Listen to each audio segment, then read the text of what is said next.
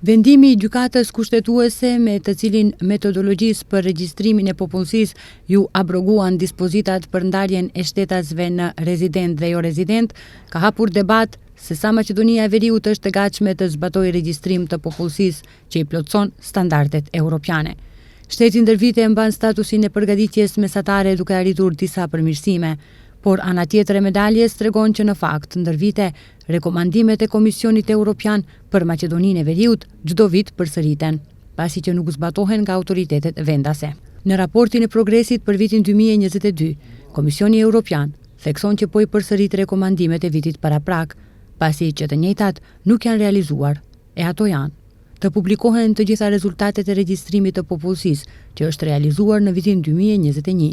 por dhe të sigurohet personel dhe burime financiare të mjaftueshme për entin shtetëror të statistikave.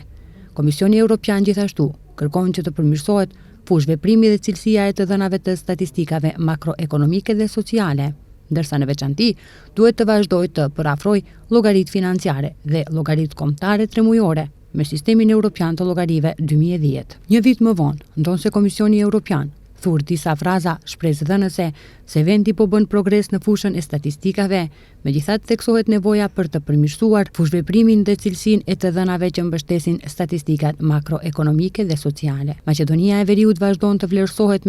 mesatarisht e përgatitur, ndërsa i rikujton autoritetet e vendit që duhet të bëjnë regjistrimin e bujqësisë, ndërsa e përsërit me tonë më të ashpër rekomandimin që ndër vite nuk plotësohet, duke theksuar që urgjentisht duhet të sigurohet personel dhe burime të mjaftueshme financiare për entin shtetëror të statistikave.